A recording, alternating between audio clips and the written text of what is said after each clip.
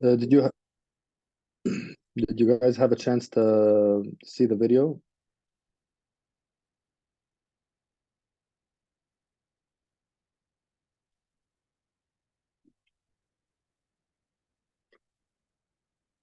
Did you guys have a chance to see the video?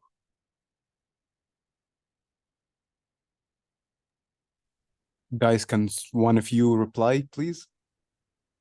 Okay, doctor, they're saying yes. Okay. HEN is so I'll just give you a quick some insight into what the course is about. Originally, I think the university had intended to have an economics course. I'm not an economics professor. Lakin, talking to the dean and the vice dean at the time, few years ago, they suggested we modify the course to address health administration. So what we try to do is to expose you guys at this level of your training and your education to the other side of medicine, because we believe that apart from becoming generalists or specialists in medicine as practitioners in the real world, whether you're working in a hospital or a clinic or on your own, you need to have some of those skills. And at this point, you just need to be introduced to the existence and to the language of administration and business. So you're all in medical college right now, and probably what you receive in college is very focused on general medicine, general surgery. You address the language that's used in communication and in research. You start acquiring some basic skills, people skills. You get an overview of what's out there and specialize in, both in terms of treatment and in terms of diagnostics. And there's also some early exposure to research, at the end of which you're going to become generalist physicians. As you proceed further in your career and go through residency and then fellowships, you're going to focus on one aspect, on one discipline, and you're going to start gaining specific skill sets. You're going to start having very focused reading and knowledge of best practices, and you might be conducting more advanced level research. Obviously, residency is a different kind of experience than medical school. You'll learn to deal with stress, ambiguity. You learn to deal with people on a higher level. Gain more confidence and endurance. If you watch the video, the speaker, Dr. Atul Gawande, talked about autonomy. So at the end of your residency, and as you move into becoming a specialist or a consultant, you become more autonomous and you become more in a position of leadership for your own team or bigger teams, depending on where you're posted. In healthcare, a lot of that applies. So delivering patient care is something that you learn in both medical school and residency. Quality and safety, the knowledge that care is often delivered through teams that come from different disciplines.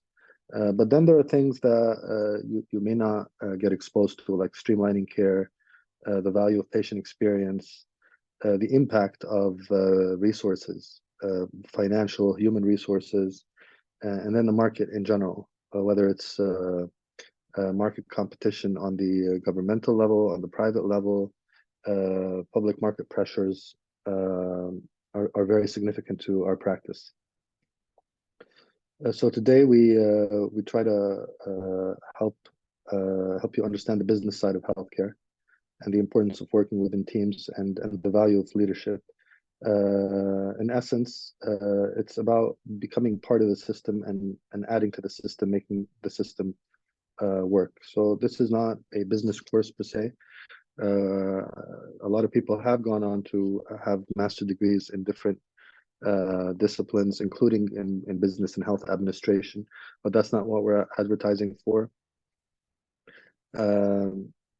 I, as a consultant physician, still hope that that most of you would proceed into specialization in certain areas, but understanding the value of administrative medicine and possibly contributing to that is for some of you going to be very important in your careers.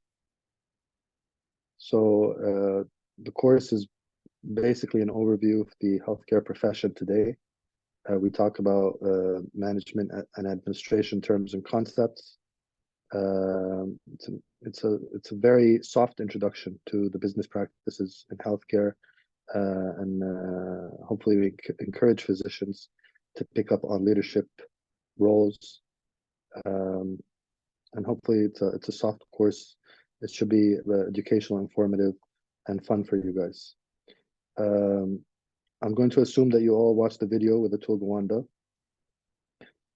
Some of the terms that were mentioned in that video and that we're going to go over throughout this course are terms like values, culture, strategy, healthcare costs, process management, quality improvement, innovation, and systems, healthcare systems.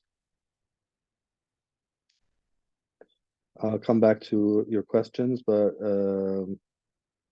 attendance is something I think Dr. Ahmed is going to be handling. I think that you have a minimum requirement for attendance, so I'm going to leave that with him and the university.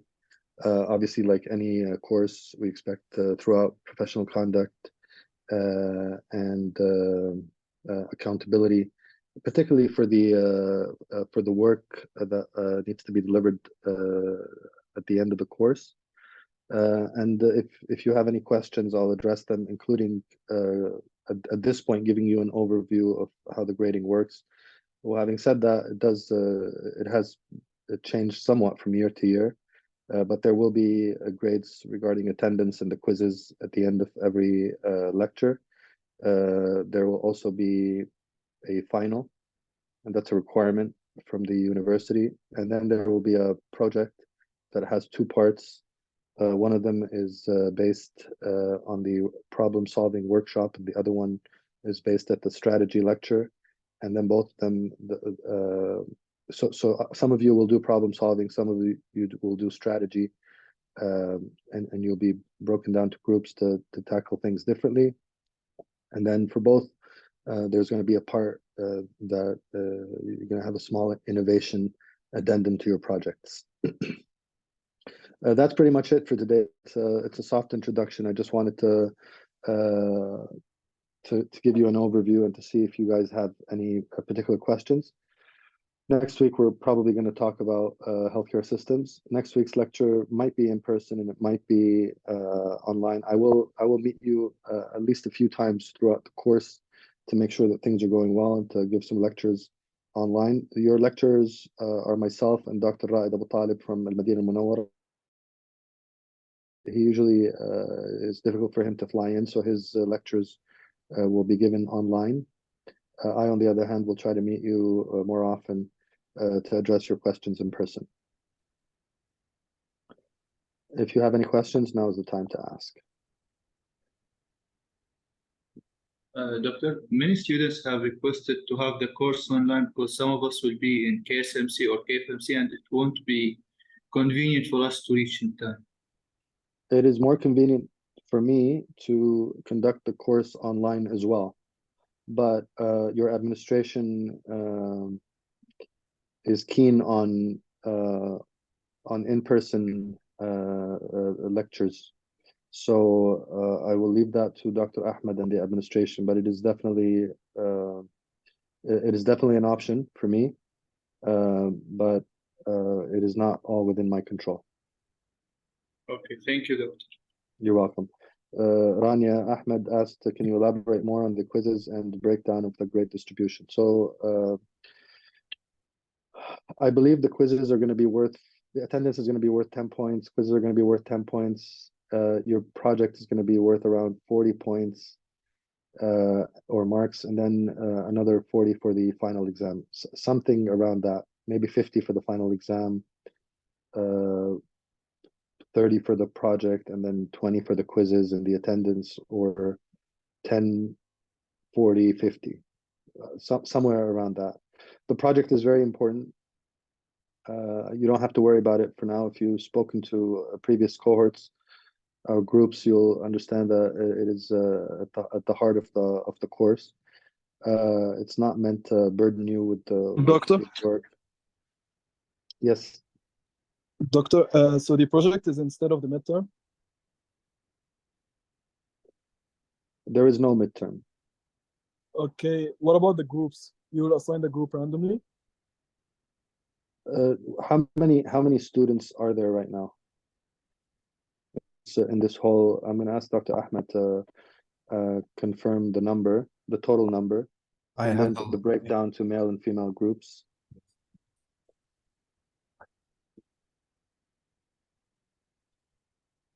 Yes. I So have the so yeah. Go ahead, please say what you want to say. yeah, I was just gonna ask about the groups. So you will assign them randomly, or should I choose a group? So the total is 191. I don't know what does the doctor prefer. Either ways, I can help assign the students, whatever the doctor needs. Okay. So with 191 students, we're probably looking at around between 30 and 32 groups. Every group, well, let me see. If you confirm the number to me, if you 14, 15, if you confirm the number to me, we'll probably break down into groups of 6. I prefer that there's separate groups for the female students and for the male students, broken down into groups of 6.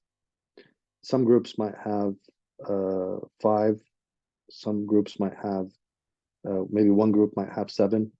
If the number 6 doesn't round up appropriately, but I don't want to see. I want to see groups of 6. So if you guys want to start, if you guys want to start assigning groups for the male students and for the female students of 6, and then you give me a complete list of the 191 students designated to those 6 groups each for both, we'll assign them, and then they'll be assigned their project. So you can start working on that immediately. Okay. Thank you, Doctor. You're welcome.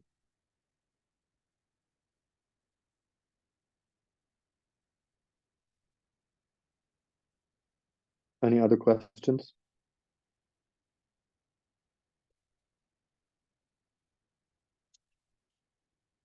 Doctor, regarding the quizzes, like, are they going to be based on the previous lecture, or is it based on something that I have to read or watch? And like, are they multiple choice? And will they be on ExamSoft, or like, will they be on a Google Form, or like, how are they going to be conducted? The quizzes? Yeah. At the end of every lecture, you're going to have a quiz. Probably that's it. You circulate the quiz and collect it back from you. At the end of every lecture, there's going to be around 10 quizzes. The quiz is going to talk about like whatever we took in the lecture, or something that we have to read ahead of time. No, it will mainly be addressed by the lecture, so it will be questions that are based on the lecture itself. Okay, thank you so much. And so there's a question: can the Roshan group be the group? I don't know what that means. Can the Roshan group be the group? Yes, What's the Roshan? rotation groups can be your groups. You can make groups out of anything. Yeah. Guys, come on, please. Okay. Rotation. All right. I'll leave that to you guys, but the I think it's clear.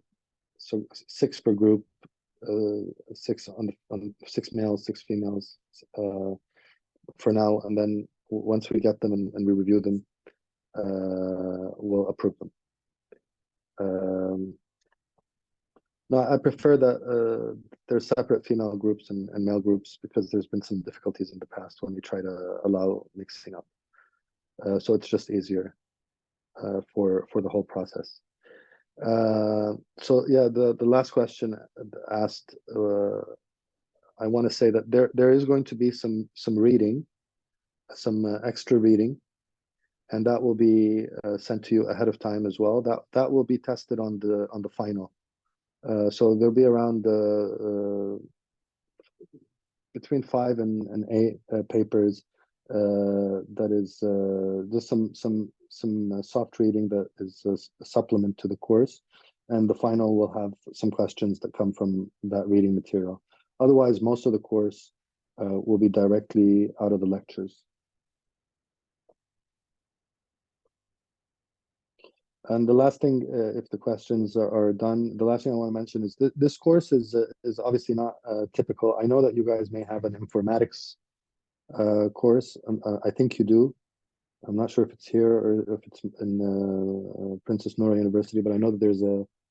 Oh no, I think the informatics course is at Princess Noor. I don't know if you at Al Faisal have an informatics course. You may have a epidemiology course. This course is. Some of you will find that they're uninterested in the material, and that's very normal. Obviously you still have to go through the work. Some of you, however, will catch up on the essence of what we're trying to deliver, and it may create for some of you an interest in the future. This is not medical, and it's not business, it's health administration. So yeah, we do talk about concepts that are covered in business and administration within the healthcare sector, and how that knowledge from business sources and from references like the HBR and other many references can be applied to improve management and systems within the healthcare sector. So understand that as you're going in. I always say in the beginning of every course that this is a very easy A for most of you, but we have had people fail because of either attendance or just simply not submitting the requirement, or submitting the requirement out of the guidelines in terms of the projects. So I hope that most of you will fare very well. But it's not impossible to fail this course, and it's reasonably easy to get an A. With that said, I'll leave 2 minutes to see if there's any additional questions, and otherwise we'll plan to meet same time next week.